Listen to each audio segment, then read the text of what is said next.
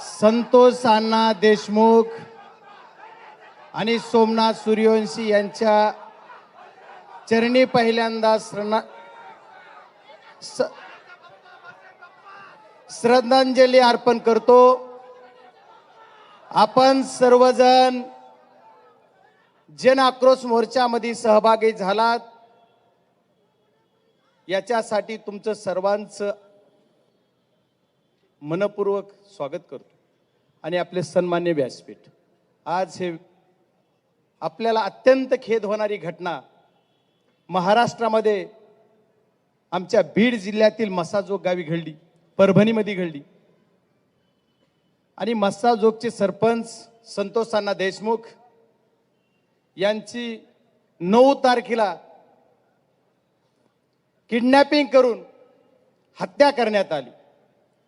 त्या क्षणापासून आजपर्यंत मी स्वतः पहिल्यांदा बाईट देऊन मीडियाला बोललो। दिल्लीत सेशन चालू असताना तमाम सर्व बीड जिल्हा असतील, सर्व पक्षाचे, सर्व जातीचे, सर्व धर्माचे सर्व लोक आपल्या या आंदोलनात सोबत आहेत।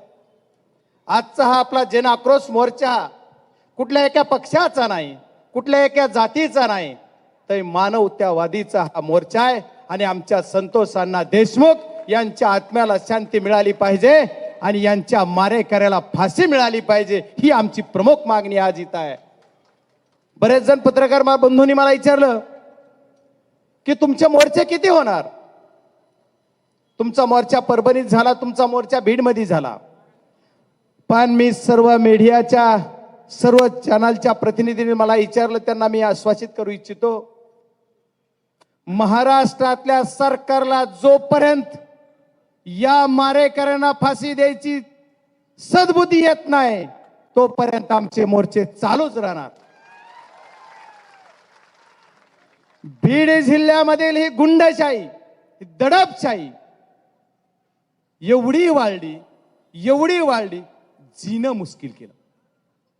निवडणुकीपुरती दादागिरी राहील नाही, ही दादागिरी आमच्या सर्वसाधारण घराण्यातल्या मुली बाळांनी, आमच्या गोरगरिबातल्या सर्व समाज बांधवांना बाहेर निघणं सुद्धा मुश्किल करून टाकायचं काम या गुंडगिरीनं, दादागिरीनं केलंय।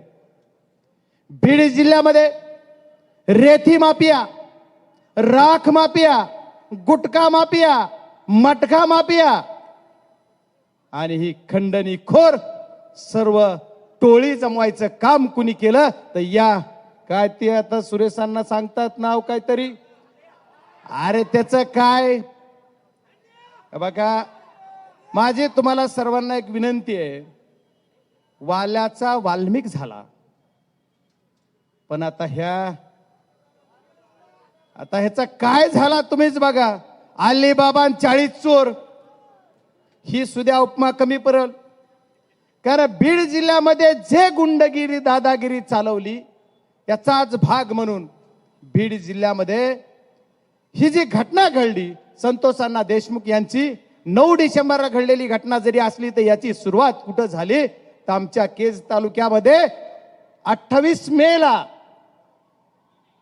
28 या 24 मे महिन्यामध्ये एक खंडणीचा गुन्हा दाखल झाला गेला आणि तो कॉम्प्रोमाइज करून मिटवला गेला। त्या खंडणीच्या गुन्ह्यामध्ये जे कोणी आरोपी होते त्यांना सुद्धा या खंडणीच्या आरोपात घेतला पाहिजे, कारण त्याची सुरुवात तिथून झाली। आणि याचा शेवट कुठं झालाय? आज ताजरने आमचे संतोष अण्णा देशमुख यांचा मर्डर केला, टॉर्चर करू मारलं गेलं। काय चूक होती? संतोष अण्णा देशमुख एका गावचं लोकप्रतिनिधी आहे, एका छोट्याशा आमच्या ग्रामीण भागाचा तो प्रमुख आहे। तो कोण्या पक्षाचा आहे, कोण्या जातीचा आहे हा विषय नाही, तो या गावचा प्रमुख आहे। आणि त्यांनी काय केलं तर ही जी कंपनी होती, या कंपनीच्या तिथं जिथं मारामारी केली आणि खंडणी गोळा करण्यासाठी जे कोण लाख जात होते, 6 तारखेला ज्यांचा गुन्हा झाला होता, 6 तारखेला जे भांडण झालं होतं, त्या 6 तारखेच्या भांडणामध्ये यांनी प्रत्यक्ष भाग घेऊन भांडण सोडवासोडी किंवा आमच्या गावात येऊन भांडण पेटवू नका असं म्हणलं गेलं। त्याचाच मनात एक राग घेऊन या सर्व काय म्हणलं पाहिजे यांना उपमा, या सर्व हरामखोरांनी आदरणीय आमच्या संतोष अण्णा देशमुखांचा मर्डर केला गेला. याच्या पाठीमागे कोण आहे? याच्या पाठीमागे जो कोण मास्टर माइंड आहे ती पकडला पाहिजे असं मी पहिल्या म्हणतोय. त्याच्या पाठीमागे मास्टर माइंड कोण आहे? तर हा खंडणीखोर आहे. या खंडणीखोरानं याच्यावर फक्त खंडणीचा गुन्हा दाखल केलाय. मला एकच सांगायचं, मी पहिल्या बाईट मध्ये सांगितलं होतं याचं कनेक्शन कुठं धाराशिवची जुडतंय का, याचं कनेक्शन कुठं पुण्याला जुडतंय का. आज मला मीडियाचे बांधव सर्व विचारत होते तुम्ही त्या दिवशी कसं सांगितलं. म्हणलं बाबा हो, मी समाजसेवा आणि राजकारण फटावर माझ्या मिशा नव्हत्या तेव्हापासून करीत होतो, आता पूर्ण पांढऱ्या झाल्यात. म्हणजे मला नक्की माहित आहे. आणि आता अण्णांनी त्यांच्या शालीत सांगितलं, शैलीमध्ये सांगितलं की तुम्ही ह्यांच्या बरोबर काम केलं, तुम्ही त्यांच्या सर्वांनीच आपण काम केलं, राजकारणाचा भाग सोडून देऊ. मी राजकारण करायला या मोर्चा सहभागी नाही. मी या मोर्चामध्ये सहभागी याच्यासाठी आहे की आमचा संतोष अण्णा देशमुख यांच्या मारेकऱ्याला फाशी होईपर्यंत मी तुम्ही आम्ही सर्वजण लढणारच आहोत. माझा सरकार मायबापला म्हणणं आहे की सरकार उपमुख्यमंत्री असा, मुख्यमंत्री असा की कुणी असा, सरकार म्हणून तुमची जिम्मेदारी काय आहे.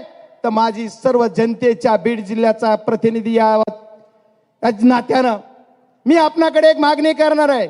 संतोष अण्णा देशमुख यांचे मारेकरी जे आहेत याच्यात प्राथमिकदर्शी जेवढे लोक तुम्हाला निदर्शनास येतात त्याच्यावर 7 लोकांवर तुम्ही गुन्हा दाखल केला. या 7 लोकांमधला 2 आरोपी तुम्ही पहिल्या दिवशी पकडले गेले. 3रा आरोपी सुद्धा बालेवाडी पुण्यातूनच उचलला गेला. आणि 4था पोलिसनी आणखी काही नाही की सरेंडर झालाय की पकडलाय, पण पकडलाय. पण तो जर पकडला तो आरोपी दोन्हीकडे आहे, खुनात पण आहे आणि खंडणीत पण आहे. त्याच्यानंतर नाट्यमय घटना घडती आणि या खंडणीतला मेन आरोपी जो कोण आहे त्यानं स्वतः सरेंडर केलं कुठं? CID पुणे. आता काय झालं गेलं नाट्यमय घटना आहे त्या सगळ्या की काल काय गेलं तर याच्यातल्या 2 आरोपीला लगेच ती सरेंडर झाला की पकडलं पोलिसांनी. किती कौतुक आहे. मी मीडियाच्या माध्यमातून पोलिसांचंही कौतुक केलं की तुम्ही जर खरंच ही पकडलंय तर कौतुक आहे. पण माझ्या पोलीस CID बांधवांना सुद्धा माझी विनंती आहे, ज्या गाडीमध्ये हा खंडणीखोर आला ती गाडी तुम्ही आणखी का जप्त केली नाही? जो घेऊन आला त्याला तुम्ही आणखी अटक का केलं नाही? त्याला तुम्ही आणखी सहआरोपी का केलं नाही? हे ज्या टोळीचे सर्वजण सदस्य आहेत हे सर्व खुलेआम फिरतात, मीडिया पुढे येऊन सांगतायत की आम्ही असं केलं. पिक्चरच्या एखाद्या दिग्दर्शकाला एका डायरेक्टरला सुद्धा लाजवल अशी स्टोरी बनवतात. आमची अचानक भेट झाली. हा अरे नेमकं काय? तू आहे कोण तुझी अचानक भेट व्हायला? आणि माझी अचानक भेट झाली म्हणले. आणि मग अचानक भेट झाली की मी तिथं गेलो आणि मग माझ्या गाडीत बसले. असं असं काय काय तुम्ही मीडियाला बघता. आणि बजरंग सोनवणे काही राजकारणाचे प्रवक्ते भेट, मला त्यांच्यावर काय बोला एवढे नाही वाटत मला, पण तेही बोलले की बजरंग सोनवणेला प्रसिद्ध पाहिजे, त्या प्रसिद्धीसाठी तो खोटं बोलतोय. आज ही मीडियाला आम्ही फोटो दाखवू शकतो की ज्या फोटोमध्ये मस्सा जोगला सुद्धा हा व्यक्ती दिसतोय आणि आम्ही मीडियाला दाखवलाय. पण आणि हाच व्यक्ती आज APP माझाचा पत्रकार बंधू कोणतरी असाल त्यांनी प्रश्न विचारलेत, तिथं मी बघितलंय की या गाडीत तुम्ही आले का, हा आरोपी आले का. मग एवढं जर तुम्ही तिथं दिसताय, ओपन दिसताय आणि तुम्ही म्हणतात आम्हाला प्रसिद्धी पाहिजे, जरा अभ्यास करा आणि पुन्हा बोला. ठीक आहे, गाडीचा ताफ्यातला फोटो पण मिळेल. ठीक आहे, गाडी तू माणूस तिथं आहे. आमचं म्हणणं काय, मग हा सर्व जर लाईव्ह आम्ही काय बोलतोय, आज सुद्धा इथं काही असतील बघा धापाची इकडून तिकडून कोण कोण आलाय, सुरेशांना काय बोलतोय, बजरंग बाप्पा काय बोलतोय, कोण काय बोलतोय. पण आम्ही एकच मागणी आमची सर्वांची, आमच्या पक्षाच्या पलीकडे जाऊन, राजकारणाच्या पलीकडे जाऊन मानवता म्हणून आमचं काय कर्तव्य, तर आमच्या एका बांधवाचा असा खून केलाय, हत्या केली, त्याला त्याच्या मारेकऱ्याला फाशी झाली पाहिजे, ही आमची मागणी आहे. आणि या मागणीत मला साहेबाब सरकारला दुसरी मागणी करायची. 25-25 दिवस 30-30 दिवस मारेकरी सापडत नाहीत, स्वतः येऊन सरेंडर होतात. आणि कोण म्हणते, आणि तुम्ही म्हणता की हे देव, माझं म्हणणं असं आहे आजची मागणी की एवढ्या दिवस हे काय करत होते यांचा प्रवास ज्या दिवशी गुन्हा दाखल झाला तेव्हापासून तुम्ही आतापर्यंत हे कुणा कुणाला भेटले, कुणा कुणाकडे गेले, कुणी कुणी मदत केली, त्यांना सर्वांना सहआरोपी करा. मुख्यमंत्री महोदयांनी सभागृहात सांगितलंय मी मोकोका लावणार. ठीक आहे, तुम्ही जी फॉर्मॅलिटी झाल्यानंतर मोकोका लावा. सीआयडी कडे तपास द्या म्हणले, कुणी सीआयडी कडे दिली आणि तुम्ही एसआयटी नेमणार म्हणलात. एसआयटी नेमली, तुमचं कौतुक आहे मुख्यमंत्री महोदय. पण एसआयटी मध्ये जे लोक तुम्ही घेतलेत ते लोक कोण आहेत? पोलीसचे जे अधिकारी आहेत.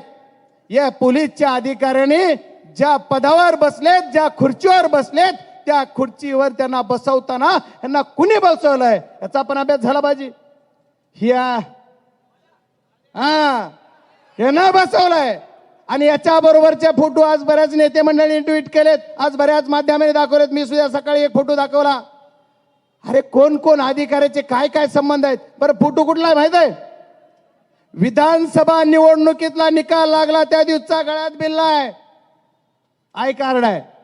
आणि निकालाच्या दिवशी हा अधिकारी जाऊन जर एखाद्या राजकीय मंडळीच्या तिथं भेटतोय म्हणजे हा तो सालगडी झाला गेला आणि तुम्ही तो एसआयटी ठेवलाय. आदरणीय अण्णा, तुम्हाला वाईट वाटू देऊ नका, पण तुम्ही चांगलं काम करताय. तुम्ही जरा तुमच्या मुख्यमंत्र्याला सांगून लवकर बदला म्हणले, ते बदलायला मला मागणी केली. आज सरकारी वकिलाची ऑर्डर झाली, सरकारी वकील उभा ना कोर्टात. काय दहशत आहे? देशपांडे नावाचे सरकारी वकील माझ्या केज मधल्याच आहेत. माझ्या होम पीचचं हे गाव आहे. संतोष देशमुख हे मी ज्या जिल्हा परिषद सर्कलचं नेतृत्व केलं, जिथून मी निवडून आलो 17ला, त्या जिल्हा परिषद गटातलं हे माझं गाव आहे, ही माझं घर आहे, ही माझं कुटुंब आहे. ह्या माझ्या भावाला न्याय मिळण्यासाठी मला पूर्ण झटायचं आहे आणि शेवटपर्यंत झटणार म्हणून सांगितलं. तर या कुटुंबाला न्याय देण्यासाठी आम्ही सर्वजण भेटतो. मग हे जे आहे तो देशपांडे नावाचा सरकारी वकील जो आहे तो काय मला मी नाही उभारणार. किती घाबरतात का? आता ही काय करते रात्री भरोसा नाही. आज सुद्धा बरेच लोक रस्त्यावर यायला घाबरतात. त्याचं कारण काय? तर त्याचं कारण यांची दादागिरी, यांची गुंडगिरी, यांची दडपशाही. ही जर आज लोकांना वाटतंय अण्णा, आज लोकांना वाटतं की उद्या ही बाहेर आलं तर काय, अशी भीती वाटते. किती अधिकाऱ्याची मगरुरी आहे. अधिकारी काल एक म्हणलाय मी जर प्रेस घेतली तर खासदाराची चड्डी राहणार नाही. तर माझं म्हणणं असं आहे मायबाप अधिकाऱ्यांना, त्या महाभारतामध्ये आमच्या द्रौपदीचं वस्त्रहरण करायला दुर्योधनाला, आताच्या कलियुगामध्ये माझं वस्त्रहरण करायला तू जर येणार असेल तर कोण कृष्ण येतोय ते बी बघू. पण तू तर एकदा प्रेस घे. माझी विनम्र विनंती की तू एकदा प्रेस घेऊन कर. काय करतोस ती कळल तर मला. माझी मायबाप जनतेच्या सर्वांच्या साक्षीनं सांगणं आहे की एकदा घे प्रेस. माझं काय 2 नंबर आहे उघडं कर, माझं काय लपडे उघडे कर, माझे कुठं पैसे गैर कानून येत उघडे कर, माझं काय काय उघडं कर. पण तुझं तर कायच राहायचं नाही. तुला काय झालं? अँटी करप्शनला पकडलं. अँटी करप्शन पकडलं की लगेच बीड ट्रॉपिक की नळदुर्गचं ट्रॉपिक लगेच 2 महिन्यात जिथं जागा नाही तिथं तुला पोस्टिंग. तुला कशी दिली? तू कुणाबरोबर मेहरबान आहे? तुला कोण? आणि असा कसा बोलू शकतो? ह्याचं उत्तर येणाऱ्या 2 दिवसात कळेल की त्याला म्हणलाय काय काय करेल ते त्याला मिळेल. जाऊ द्या, तो विषय सोडायचा आहे. मला त्या विषयावर जायचं नाही. आपला मूळ उद्देश काय आहे? तर संतोष अण्णा देशमुख यांच्या आत्म्याला शांती मिळाली पाहिजे, त्याच्या मारेकऱ्याला पकडले पाहिजे, हे गँगवार संपले पाहिजेत. हा सामूहिक गुन्हा समजून मुख्यमंत्री महोदयाला माझी विनंती आपल्या सर्व वाहिन्याच्या माध्यमातून, मुख्यमंत्री महोदय, मला कुणाचं राजकारण करायचं नाही. मला कुठल्या एखाद्या उपमुख्यमंत्र्याला मुख्यमंत्र्याला बोलायचं नाही. सरकार म्हणून तुमची जिम्मेदारी आहे. तर तुम्ही काय केलं पाहिजे? तर सरकार म्हणून एकच काम केलं पाहिजे. यांना सामूहिक सर्वजण जेवढे आले त्यांना सर्वांना तुम्ही ताब्यात घेतलं पाहिजे. परवा आमचे मंत्री महोदय म्हणले माझा काय संबंध, मी राजीनामा देणार. आता अण्णांनी लिस्ट दाखवली, किती नीतिमत्ता दाखवली. निलंगेकर साहेबापासून विलासराव देशमुख साहेब, आर पाटील साहेब असतील, तुमचे अशोकरावजी चव्हाण साहेब असतील, एवढ्याने फेकून दिला राजीनामा आणि चौकशीला सामोरे गेले. अहो तुमच्या मंत्री महोदय, तुमच्या एखाद्या पीएचा जर व्हिडिओ उद्या बाहेर आला पैसे घेताना तर वाईट वाटू देऊ नका किंवा आश्चर्य वाटू देऊ नका. उगाच बोलत नाही. मग तुम्ही कसं मानता माझा कसा संबंध? तुम्ही पहिल्या दिवशी डिक्लेअर केले हा माणूस माझ्याशी संबंधित आहे. किती निर्लज्जपणा. अरे सर्व दुनिया भेटायला येते, सर्व दुनिया आणि या संतोषांना देशमुख आम्ही कुठे राजकारण करतोय?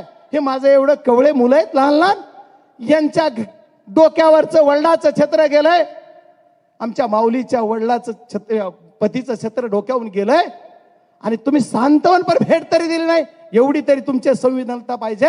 तुम्ही 2-2 मंत्री मिळालात आमच्या जिल्ह्याला, आणि तुम्ही काय केलं तर साधं भेटायला सुद्धा येऊ शकत नाहीत. ही आमचं खऱ्या अर्थानं, तुम्ही ज्या मंत्रिमंडळात तुम्ही ज्यांनी घेतलंय कोणी, त्यांची खऱ्या अर्थानं ह्यांची जिम्मेदारी ह्यांना काढायची आणि ह्यांची जिम्मेदारी स्वतःहून बाहेर पडायची.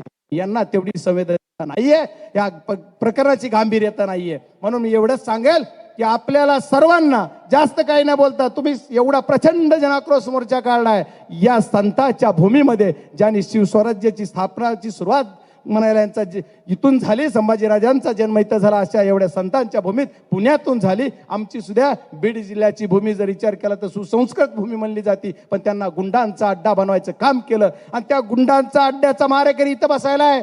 ते जरा तपासा. आणि पोलीस यंत्रणेने ह्या पुण्यामध्ये त्यांचं कुठं कुठं काय काय झालं, सुरुवातीला व्हिडिओ कुठून आला, शेवटचा व्हिडिओ कुठून आला, हे सुद्धा बघितलं पाहिजे. आणि या खुन्याचा जो कोणी मास्टर माइंड आहे, याला 302 मध्ये लवकरात लवकर घेतलं पाहिजे. मुख्यमंत्री महोदय, आता बाकी सर्व लोकांचे सर्व शांत झालं म्हणताल तुम्ही, आणि एक एक आरोपी पकडाल. आता मला वाटतं उद्या एखादा पकडेल बघा, उद्या नक्की एखादा आरोपी पकडेल राहिलेला. पण एवढ्या 1-2 आरोपीवर नाही, ह्याच्यात आणखी 50 आरोपी आहेत ज्यांना सहआरोपी केलं पाहिजे, आणि ते केल्याशिवाय ही शांत बसणार नाहीत. आम्ही संतोष देशमुखच्या सर्व मारेकऱ्यांना फाशी दिल्याशिवाय शांत बसणार नाहीत. ही तुम्हाला सर्वांना मी शब्द देतो, आणि सर्वांना विनंती की कुणी जाऊ नका, आपल्याला सामूहिक श्रद्धांजली अर्पण करायची. सर्वांनी माझं वाणीला पूर्ण विराम देतो. ओके, पहिल्यांदा राष्ट्रगीत होईल, सर्वजण उठून उभा राहा, आणि त्याच्यानंतर श्रद्धांजली. आपण सर्वजण अमर रहे, अमर रहे संतोष देशमुख, अमर रहे, अमर रहे, अमर रहे संतोष देशमुख, अमर रहे. संतोष देशमुख यांच्या हत्या प्रकरणामध्ये आरोपींना शिक्षा झाली पाहिजे या मागणीसाठी हा मूक मोर्चा पुण्यामध्ये काढण्यात आलेला होता, ज्यामध्ये आमदार सुरेश धस आणि त्यानंतर बीड जिल्ह्याचे खासदार बजरंग सोनावणे उपस्थितांशी बोलत होते. माझी विनंती आहे की एकदा प्रेस घ्याच, असं सोनावणे यांनी आवाहन केलेलं आहे. सोनावणे यांनी पोलीस अधिकारी गणेश मुंडेंना हे आवाहन केलं आहे.